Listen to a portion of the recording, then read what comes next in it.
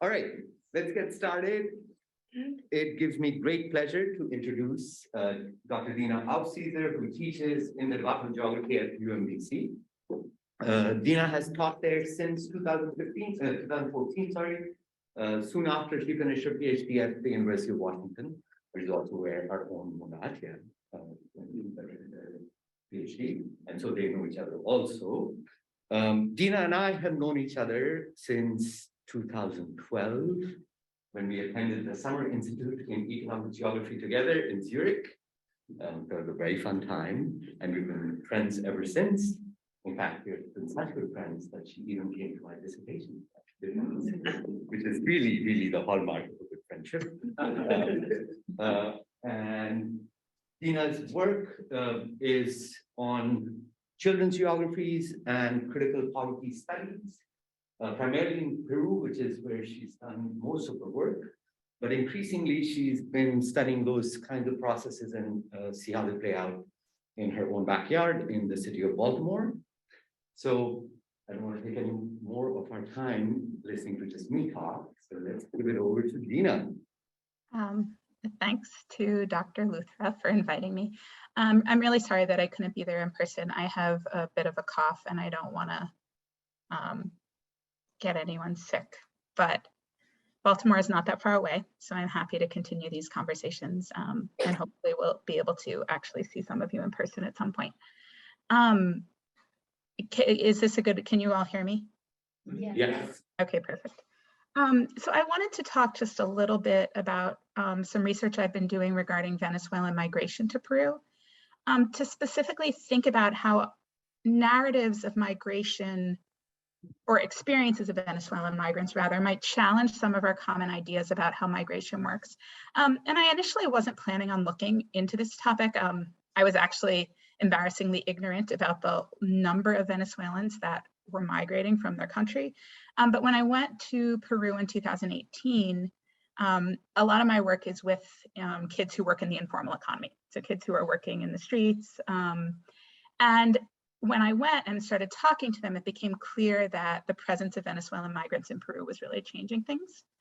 And so I conducted a few interviews with one of my graduate students in 2018, and we went back in 2019 to try to understand how it was that a country such as Peru, which had never before been on the receiving end of large number of migrants in modern history, was responding to what today is nearly 1.5 million migrants there. So today I want to then think about how Venezuelan migration to Peru is reworking notions of solidarity, border crossings and migration, and what that might mean for understandings of citizenship, belonging, and race. And obviously I'm going to be focusing on the situation in Peru today, but I think it's really useful to think about how the ideas that we're talking about might challenge the narratives of migration that we hear going on in the context of the US, right, or Europe, where we hear about the increasing hardening of borders, right, or solidifying of borders, and how migrants are increasingly criminalized and all of this stuff. And so at least initially, Venezuelan migration to Peru challenged some of those ideas. So before I get into some of the actual interviews, I want to just give you a little bit of background for,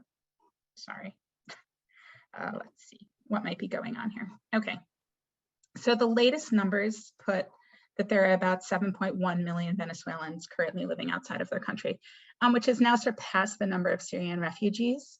And but it has received surprisingly less media attention and significantly less international financial assistance than other migration crises. And actually,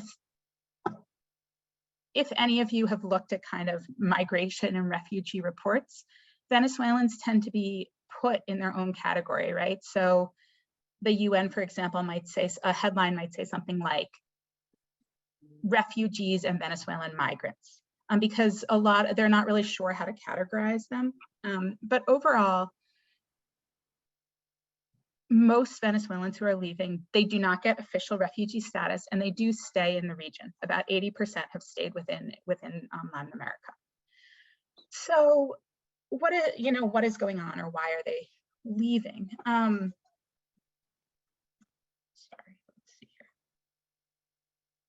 So in Venezuela, right now. You know, there's a lot of different explanations for what might be happening, but basically, following the death of Chavez and then Nicolas Maduro's accession to the presidency, the number of Venezuelans leaving increased. So there was people talk about Venezuelan migration in waves. And so the first wave tended to be the wealthier Venezuelans, more formally educated, who tended to go to the United States and Europe. But these were still pretty low numbers in 2014, 2015.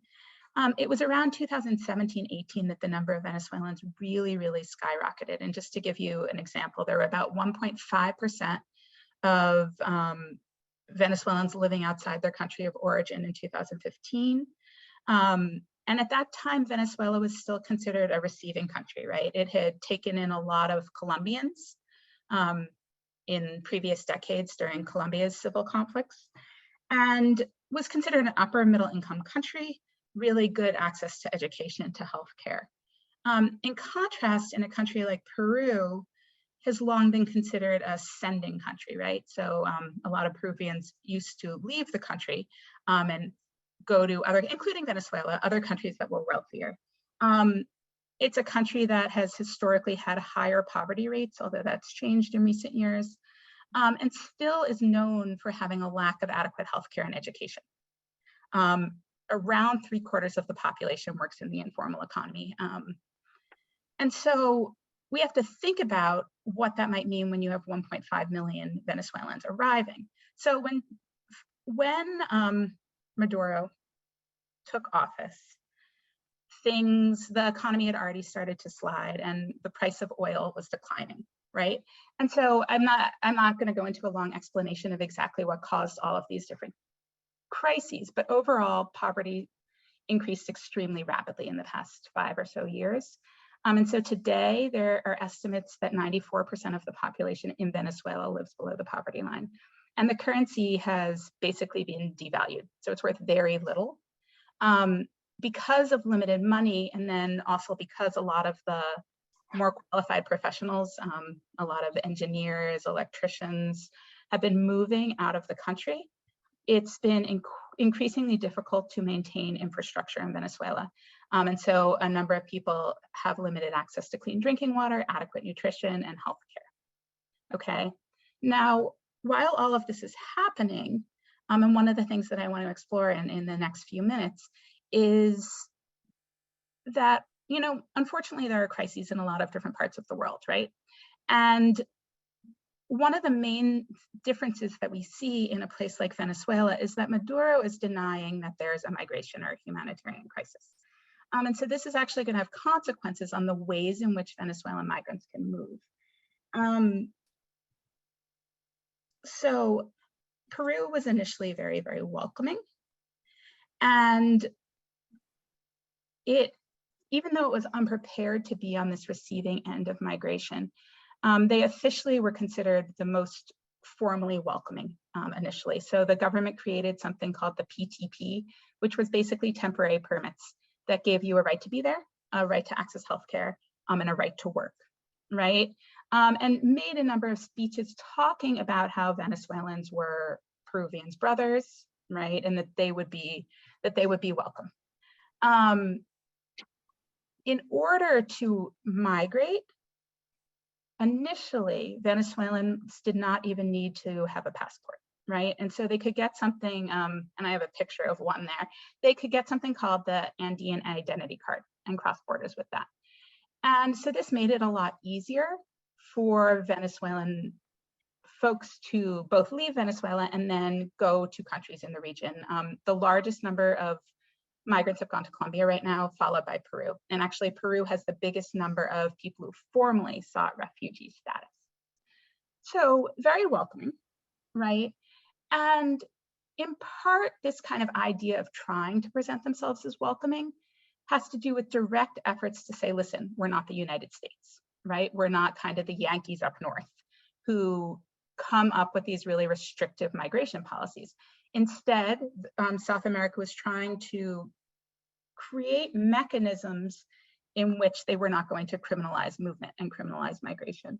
And there's even been talk of creating a South American passport or that type of thing, although I've seen very little evidence of it, that they're actually moving towards that, right? But initially, from the legal perspective, the idea was that migrants were going to be more welcome. Over time, that started to change, in part because the numbers were really increasing, right? And then in part because the Venezuelan migrants who came initially had been formally educated, and they were whiter, right? And as people got more and more desperate to get out, Venezuelan population who was migrating were darker skinned and poorer on average, right? And so even though the kind of statements about migration didn't mention race, a number of people hypothesized, myself included, that played a big role in this desire to enact more restrictive migration policies. The other kind of background thing that I think is important to keep in mind is that often it's left-leaning politicians that are going to be the most welcoming of migration, right?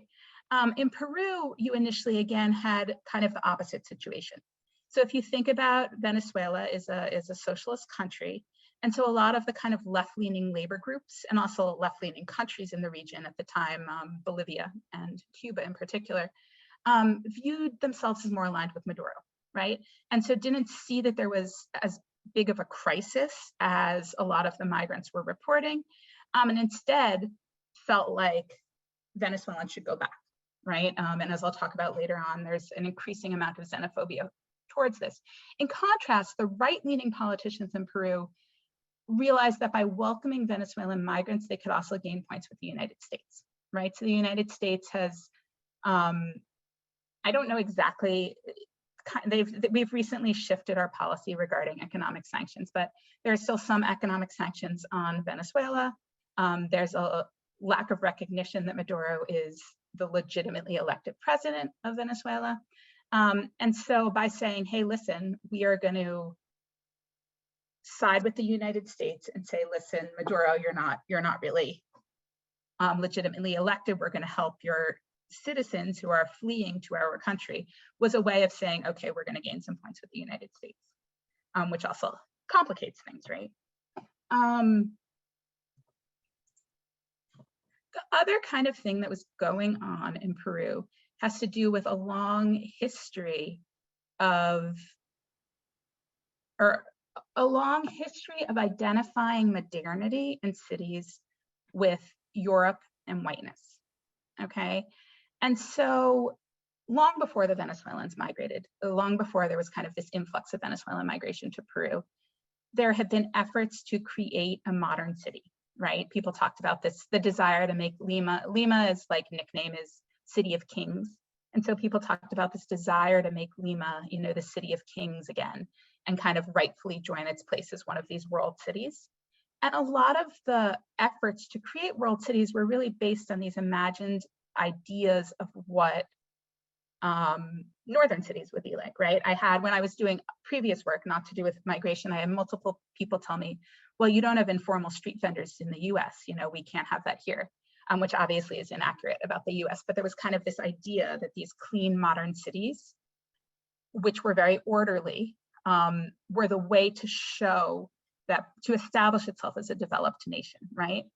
And so the people who had previously migrated to Lima, which were mostly indigenous Peruvians from rural parts of the country, had been consistently represented as backwards, right? So they were viewed as ignorant and out of place in the cities. There's a lot of ideas that they were disorderly, dirty, hindering efforts to kind of show how beautiful Lima is. So it's in this context, right, that Venezuelans start to arrive, in which they're really framed as whiter and more beautiful, right? And I have people from across all different socioeconomic spectrums in Peru telling me this, right? That the Venezuelans are, you know, that they're so beautiful and that this is kind of their advantage, right? It's compared to, again, indigenous Peruvians who have Peruvian citizenship, but were viewed as out of place in these urban spaces, okay? So just before I get into some of the results of the interview, I conducted these interviews with a doctoral student of mine in 2018 and 2019 in Lima. And we formally interviewed 18 Venezuelan migrants. Interviews were usually pretty long. you know, about, on average, I would say 1.5 to 2 hours.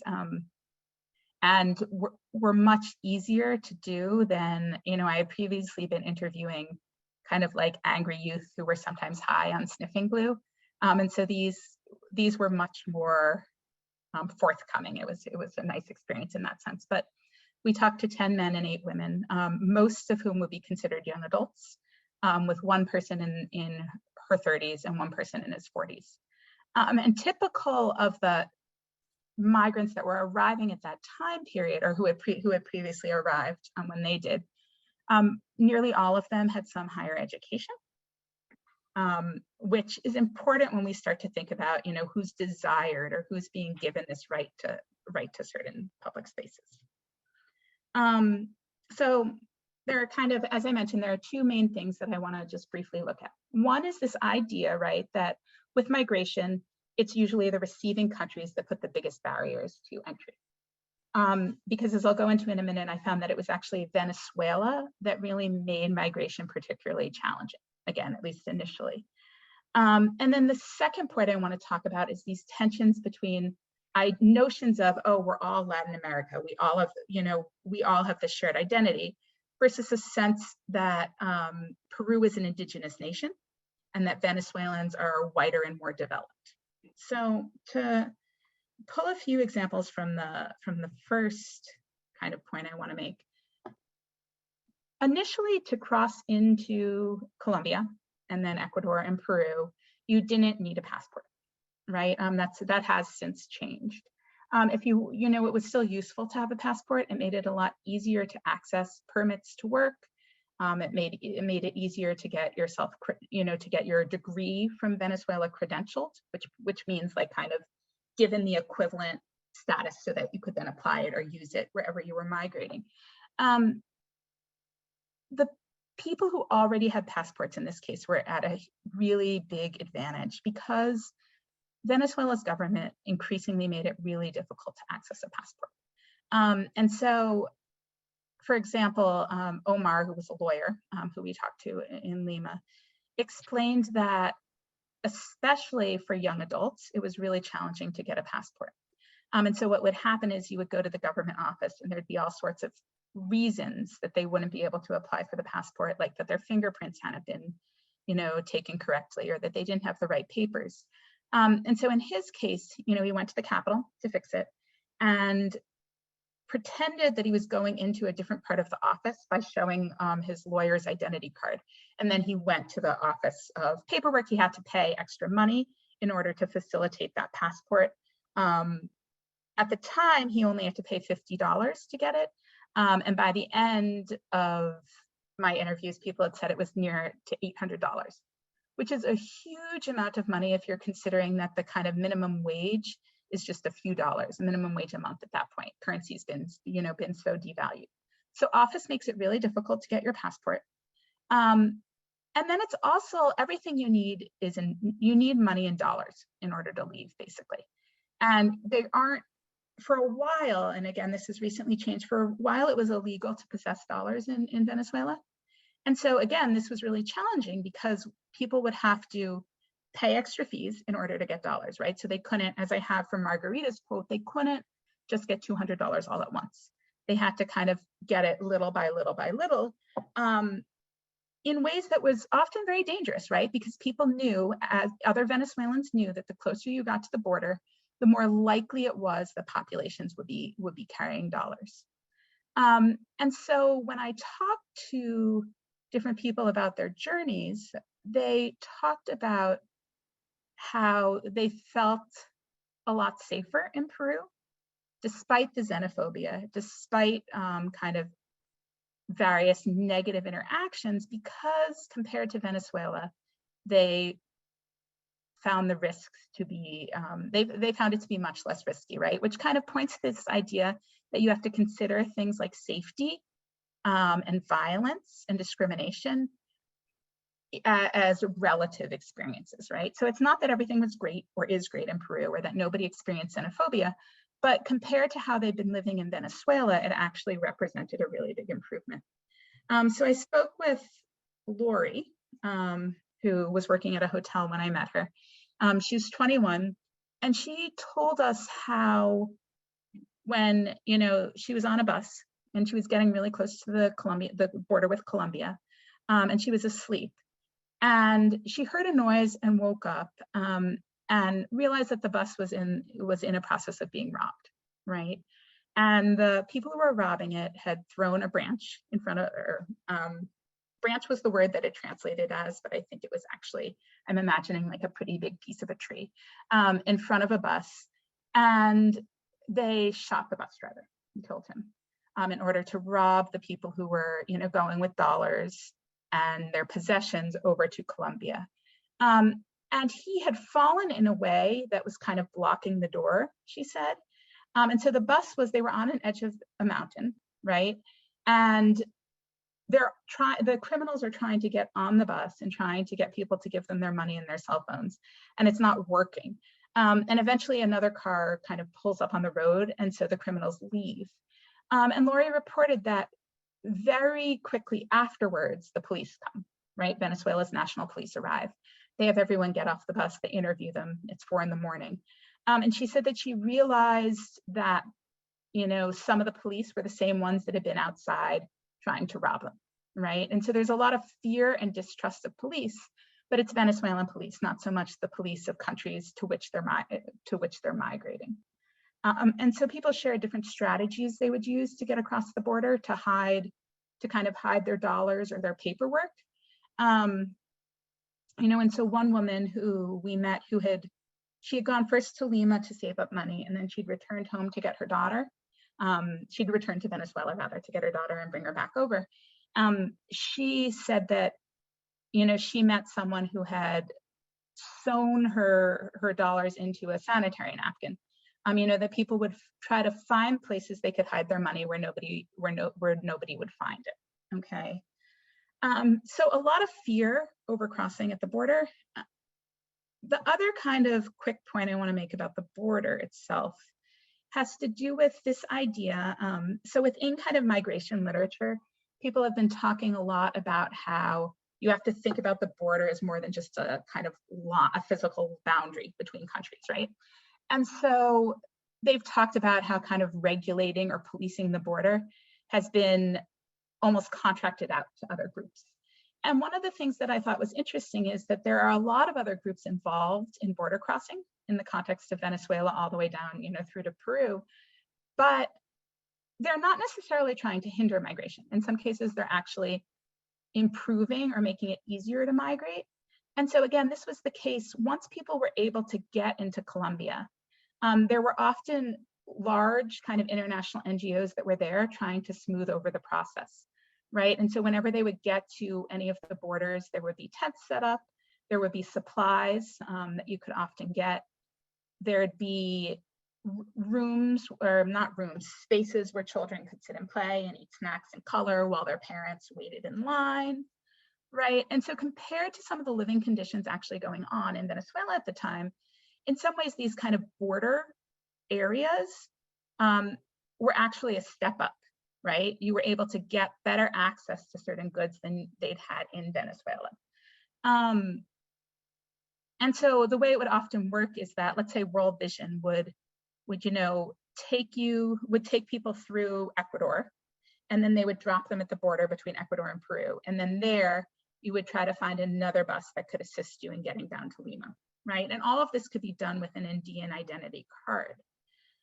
The other reason kind of these spaces, and you might even see this picture, people definitely talk about having to wait for a really long time, for hours to cross the border, especially when Peru and Ecuador both announced that they were moving towards a system to require passports, right? But again, we have to think about this idea of waiting also in relation to what was going on in Venezuela. And so many of the people we spoke with talked about how much they had to wait in lines in Venezuela to get things, right? And so Venezuela had set up a system where in order to get basic goods, so like rice, sugar, eggs, that type of thing, basic food items, you could only go to the shops on the day that your social security number was called, right? So as I have in this quote, if it started with a 0 or a 1, maybe you would go on Monday, 2 or 3 on Tuesday, so on. And then you'd have to wait in line there to buy these goods. If people didn't have time to wait in line, they would pay other people to wait in line for them. And so you ended up paying really marked up prices to get basic goods. Universities started to shut down because teachers wouldn't show up. There wasn't public transportation available. People were going to the university in the hopes of only finding food. There was increased delinquency. And also students were being targeted in various waves of violence. So universities were basically at a standstill. People were waiting in line to get food all the time. And so again, when you think about the migration experience, it took people a long time. When I was doing my interviews, most people came via bus. But towards the end of the time I was in Peru, we were increasingly meeting people who were walking, right? So walking from up Venezuela, hitchhiking down to Peru. And so these are rough, long journeys, right? But again, in the context of what people were coming from, the waiting was not always worse than what they'd been doing. The kind of last main factor that I've been thinking about in terms of how it shapes the border has to do with the role of social media and also individuals that aren't affiliated with organizations, right? And how that might shape border crossings. So I didn't ask a question about this, but literally every single person that we spoke with mentioned either a WhatsApp account or an Instagram account that they had used to get information about migrating, right? And so these would actually have literal like maps, and they would say, here's what we did, here's where you wouldn't go, here's how much money you need. And so people were using these resources quite a bit to kind of learn how to migrate. And then on the journeys, they would also meet up with other people, other Venezuelans, and unite, right? So that they'd watch each other's suitcases when they had to wait in line. One woman, Alex, who was traveling with her 2 young daughters, said that they were let off, they had to switch buses in the middle of the night and she couldn't lift her suitcase, but there was a woman who'd been with her for the past, week who helped her, right? So she, they're being let off in the dark at a bus, and she's feeling afraid, and these other women are helping her. And so these types of factors, I think, that really shape experiences of border crossings and journeys are often left out of accounts that focus either on official policy or the moments of crossing through borders in ways that I think might potentially be really important. In terms of kind of then thinking through this idea of solidarity, do I have like 10 minutes, Ahmad? So I know I don't have a lot of time, and this is a rather type-heavy slide, but there were a lot of very conflicting views, even from the same people, about kind of whether or not there was a regional sense of identity, whether or not there was solidarity both between Venezuelans in Peru or between, Venezuelans, Ecuadorians, Peruvians, Colombians.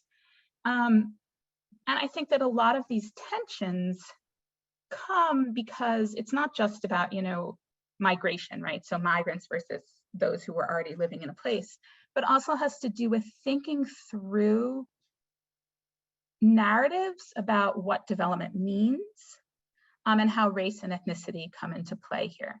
And so a lot of narratives about migration talk about migration as someone moving from a poorer country to a wealthier country, right? Which is often how migration works.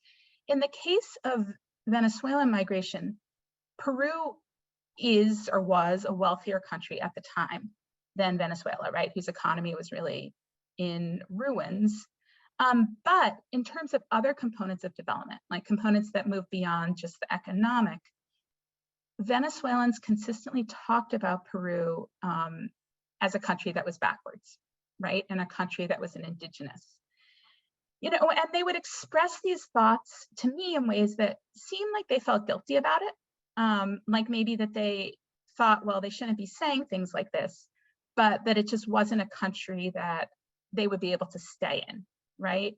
And so Yeni, for example, said, Peru is a society that is scarcely advancing because it's simply an indigenous country. The truth is that I'll last a year or two here maximum because of the society. There are good people, there are humble people. They lack development, they lack spark, they lack a lot. They're 20 years behind in everything, in childbearing and education. The people are badly educated. For that, we Venezuelans are getting all the work. They say that the Venezuelan comes and robs my work, but they don't realize that they don't have a spark, that they don't have anything. One adapts little by little, but I know there are better societies.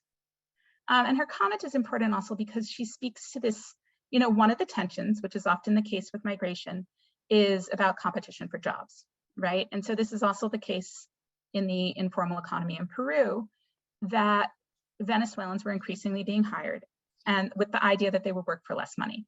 But comments like Yenny's are saying, well, wait a minute, it's not because we're willing to work for less money, it's because we work harder, right? We're better at what we do, and that's why we're getting these jobs, right? And so this kind of theme I heard very consistently in ways that I think, at the same time as migration can expose people to, different groups of people and challenges certain ideas of, development and wealth and identity, in some ways, it was Venezuelans themselves who were really trying to differentiate between themselves and Peruvians. That last quote I have on there because, like I said, there was quite a diversity of responses. And one man, Harrison, was saying that it was really important to him that in Peru, he was able to access the internet in ways that they can't in Venezuela, right? So that when he would go to certain web pages in Venezuela, it would just say, this site is not available. And that in the context of Peru, it was a lot easier for him to access internet. And so he saw that as a sign that his country was going backwards, right? Some people pushed this kind of notion of indigeneity as backwardness or, in fact, being more savage, even more. And so right now, Caracas has one of the highest, it might even have the very highest murder rate in the country, in the world, excuse me. So it's a very violent country in a lot of ways. What was interesting to me then was how often people talked about violence, and in particular violence against women, as a reason that they might not be able to stay in Peru long term, right? And so Alex, who I mentioned, who has 2 young daughters, said, sometimes I think I'd like to go somewhere else, not because they have treated us badly, but rather because it scares me. I have daughters, and to have a future here with the feminicide, that is terrifying with 2 girls. So I don't know if I should stay and make my life here, or if they will make their lives here, because every 2 or 3 weeks, there are 2 or 3 women that are killed. In Venezuela, I'm not saying that there is not violence, because there is violence now, there is a lot. But in Venezuela, there is not so much violence against women. You do not see husbands that kill their wives because the wife does not want to be with him anymore. You do not see this type of violence against women very much, right? And some people even went further than Alex's comments to talk about this idea of machismo as being indigenous. The last kind of component I think to think about in terms of a lack of development has to do with this notion of informality. So as I mentioned, informality is a source of embarrassment for a lot of more elite Peruvians, a lot of government officials who believe that indigenous folks who are working in kind of Lima's streets look out of place and hurt their image, right? But it was that kind of very notion of informality that actually attracted a lot of Venezuelans to Peru, because Peru, 1, gave them permission to be there, and 2, they felt like this is a country with 70% of the population working in the informal economy, so it doesn't really matter if I have papers, because local Peruvian-born folks don't have papers either, right? And so it was viewed as a lot easier to kind of get on the ladder for economic success. At the same time, a lot of people reported a bit of a culture shock when it came to working in Peru. Venezuela, as a socialist country, even though the law itself, by the time I talked to most people, wasn't being enacted, had a lot more in the way of workers' rights, right? So people were used to working a 5-day work week, getting vacations, getting kind of paid, getting benefits, a savings account. And so even when they had permission to work in Peru, they found that that it wasn't common to get these types of benefits, and that most workers were being exploited, right? And so that kind of contrast between, some people were specifically against this idea of socialism, but interestingly would then turn back to talk about how great things have been in their country, kind of regarding workers' rights or access to education or healthcare, and how challenging it was for them in Peru. So just for the sake of time, I'm gonna think about, so on the one hand, they're differentiating. On the other hand, there was consistently this notion that like, we're all here together. And so one woman said, listen, it's still Latin America. What I mean is that we all have that human heat in some sense. All of America has this hot blood. Venezuelans that go to Europe, and I have many friends and associates of my brother-in-law, tell me that it's hit them badly, not only for how people treat them, but also because they are outside of their country, in a country with a different climate, where many times they do not even understand the language, in a country where the residents don't understand the process that you are experiencing. It has been more difficult for people over there. And another young man said, Bolivar liberated all of us, referring to the role that Simon Bolivar played in kind of helping a number of countries in the region, including what would become Peru and what became Venezuela, overthrow the Spanish, right? So there's this idea we were all colonized by the Spanish. We're all discriminated against if we go to a place like the United States. We have a lot of shared history, a lot of shared culture, and therefore we owe it to each other kind of to create this welcoming space.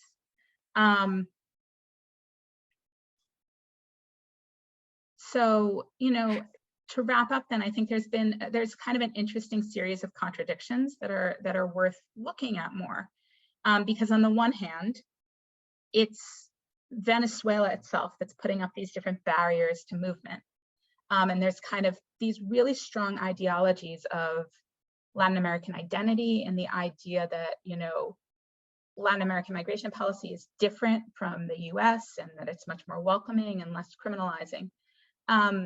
While at the same time, there are efforts to differentiate between kind of whiter or more developed Latin Americans and more indigenous or darker Latin Americans, at least as much on the part of migrants than on the part of people who are already there, right?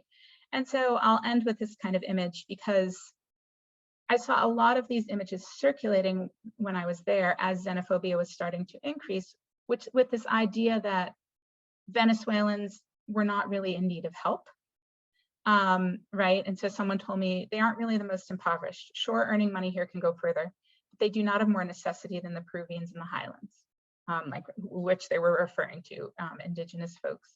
And so this kind of image, it shows, a number of Venezuelan women. It says Venezuelans dying of hunger, with the implication that, that they are, of course, not really dying of hunger. And then comparing it to Haitian children and saying, well, there's all this help to go to these kind of undeserving Venezuelans. So I think then that, and I'm happy to talk about this more, the things that I kind of continue to think through is how we can look at some of these contradictions to really question what citizenship might mean in a way that moves beyond just the nation state, right? Like if you're born in Peru, you have a right to these things, how race and ideas of development actually also combine with that. And then thinking through how migration policy itself is made and then remade through these lived experiences that occur at multiple scales, right? That are shaped with whether you have money to pay a bribe back in Caracas to get a passport, if you know who you happen to meet on your journey, your access to social media accounts, in ways that can facilitate movement too, right? Not just increase, and not just hinder it more. And I think it's especially interesting to think about, there's been a shift, I don't know if people have been following, there are a lot more Venezuelan migrants who are actually coming up through the US, who are walking through, there's a kind of area between, that's partly in Colombia, partly in Panama, and they're walking up to the US and then turning themselves in at the border. And it's interesting to see how that might be also reshaping kind of the way the United States talks about Venezuela, and whether or not it kind of we change any of our policies as a result. So I think I'll wrap up there, but I'm happy to talk. I know I went through a lot kind of quickly, so I'm happy to elaborate on questions. Thanks, Dena.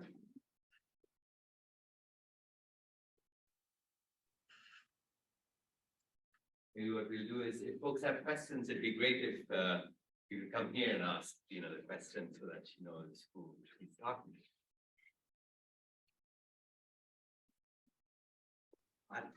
Somebody's coming up.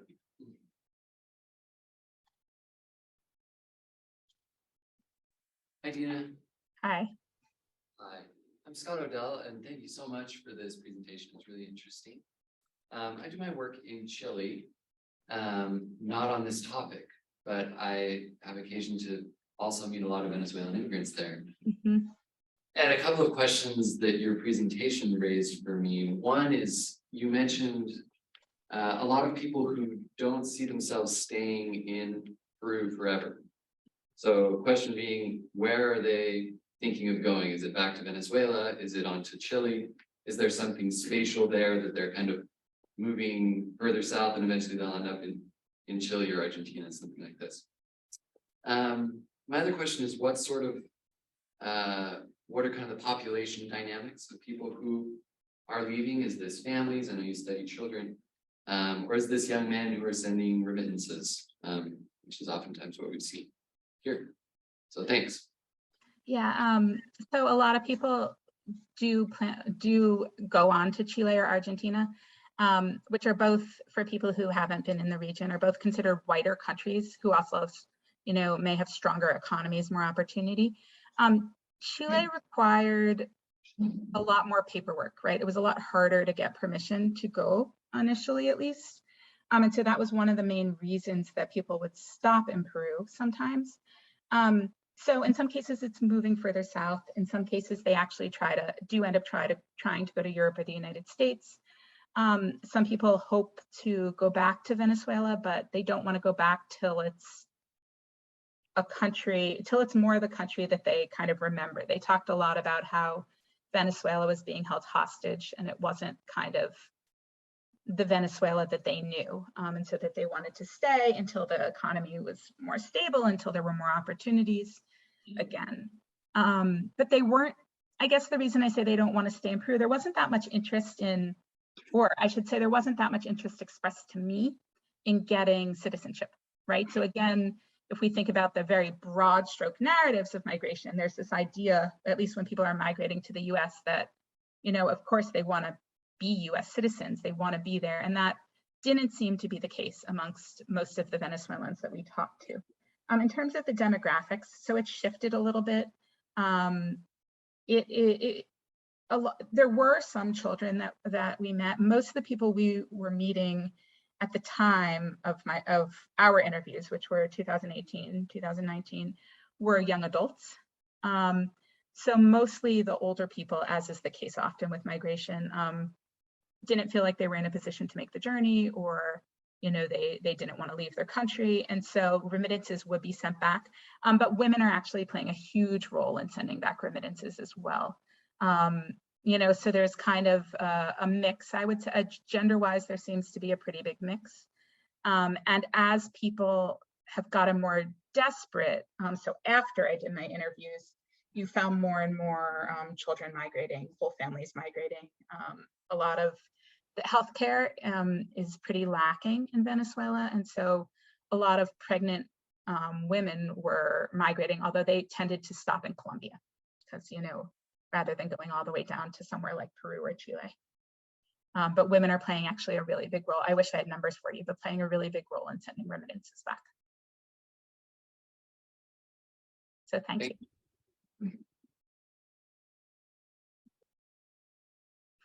Yes, it's wonderful.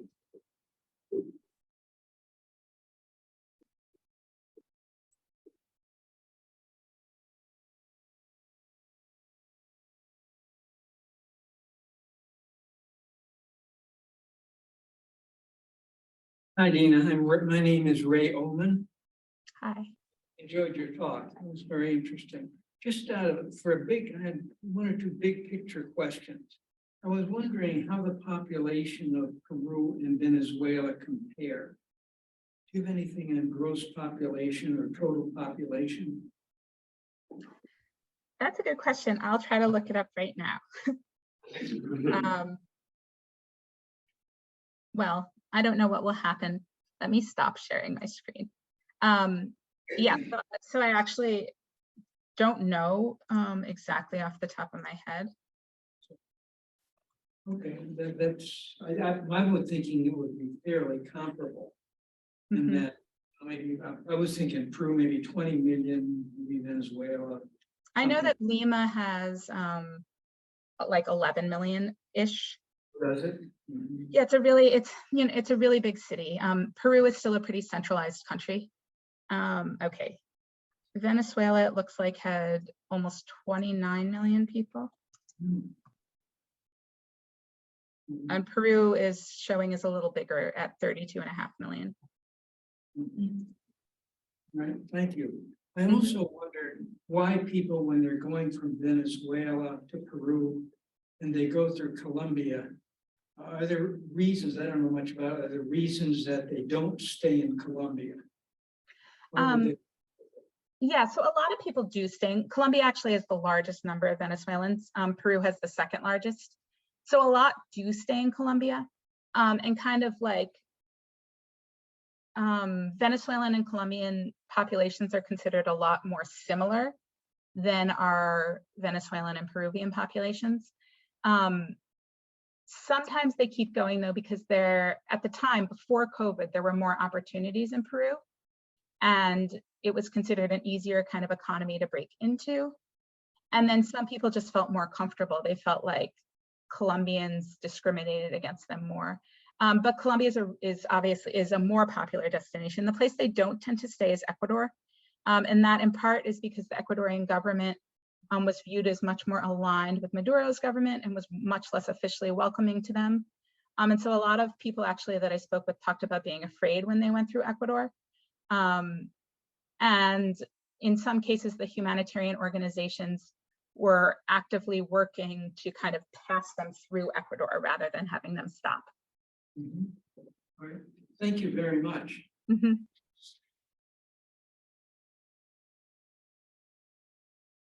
You can ask a question, why not? Hi, Dena, thank you very much. I'm Declan. So I have the comparison that jumped into my mind. I've never been in Venezuela. I've seen many Venezuelan immigrants in like Scotland, but in Argentina. Is Cuba, like in thinking about kind of like restriction of immigration, which is not something we see that much. And I was wondering, you mentioned a little bit at the beginning, I think it's really interesting, like the whole thing about Latin American identity and how, you know, countries are more open, you know, like it's easy to emigrate to countries, it's easy to get permanent residency, access to services and stuff like that. But I was curious why you think the US has been slow to categorize Venezuelans as refugees. It seems like easy political points, like in the sense that everyone would think about Cuban refugees as political refugees, but there seems to be a little bit of hesitancy in how they discuss Venezuela, and I'm kind of curious as to why that might be. So this is just an educated guess. I haven't looked into this, but because I've thought about the same question, and I think that it has to do with, you know, labels matter because they come with certain like responsibilities, and especially once you're legally categorizing someone. And I think that there is not a lot of I think that the US has not, the population has not shown that they would be very amenable to offering refugee status to the, you know, millions of people who are leaving. So I think that it probably has to do with what obligations might come along with that, would be my best guess.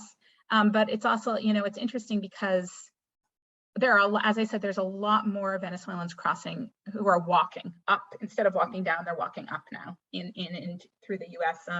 And the U.S. had pressured Mexico to start requiring visas for Venezuelans, which it had. So you couldn't just fly into Mexico and then go to the U.S., which is what some people have been doing. So instead, they're kind of walking along with, you know, migrants from all over the world. But I think it's that, you know, the U.S. is in a situation where once Venezuelans get to the border, it's really hard to officially say they can't come in because the US is also saying that they don't recognize Maduro's government. So it's Yeah. kind of a complicated situation in that sense. Thanks very much. I think there's a related question in the chat. Oh, yeah, let's see. Oh. Can you see it, Dena? Yes. Huh.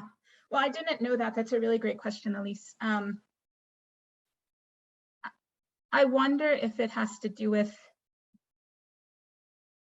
yeah, I don't know. I mean, it's obviously a really dangerous journey that people are making when they come on their own.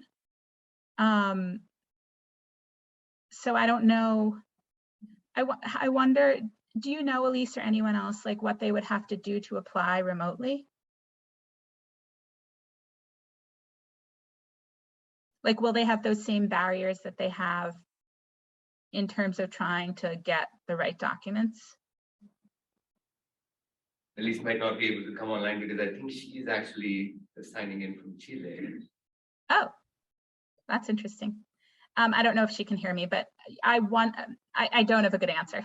So she might know more than I do, but the kind of question that I would be wondering, hi. Hi, sorry. No, I was just referring to an article I read this morning about a recent announcement Biden made that, and to try and like block this migration path, that's a very dangerous path that a lot of Venezuelans are making across all of Central America. He wants them to apply remotely, but I was kind of wondering what implications this has, because obviously there's only certain people that would have access to the resources to apply remotely. And there's a question of where are they staying while they're applying remotely. And yeah, I guess there's I guess also the element where he's trying to block them from coming in the first place. As you were saying before, it's a lot harder to reject people that are, waiting at the border, obviously very desperate, than trying to keep them remotely. So I just think it's just an interesting policy choice. Yeah. With all those different factors of keeping people away, but also kind of letting them in.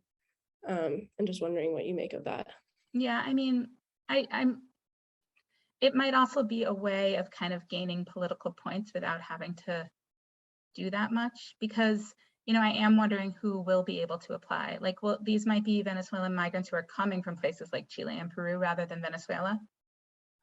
Because I imagine that all of the same problems that were existing a few years ago are still there in terms of trying to get like the paperwork that would be necessary to migrate, and the dollars and stuff like that. So it's hard for me to kind of believe that it's going to lead to a lot more actual Venezuelans safely around, but maybe I'll be wrong, or maybe this is where like humanitarian organizations will then have more room to work to kind of facilitate some of this. But it's a great question. I don't know. I think it says that they have to come by air, if you want to tell me. So I think she's right already. It says that they have to come by air. To an interior point of entry. I mean, there's huge environmental repercussions. Like, the increased movement is having really big environmental repercussions on the kind of jungle area. I don't know how to pronounce it correctly, but the Darien Gap is the kind of area that they're crossing through.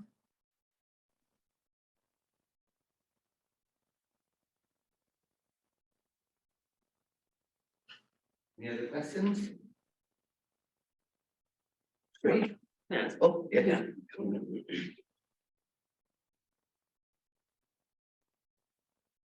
Hi, Dena.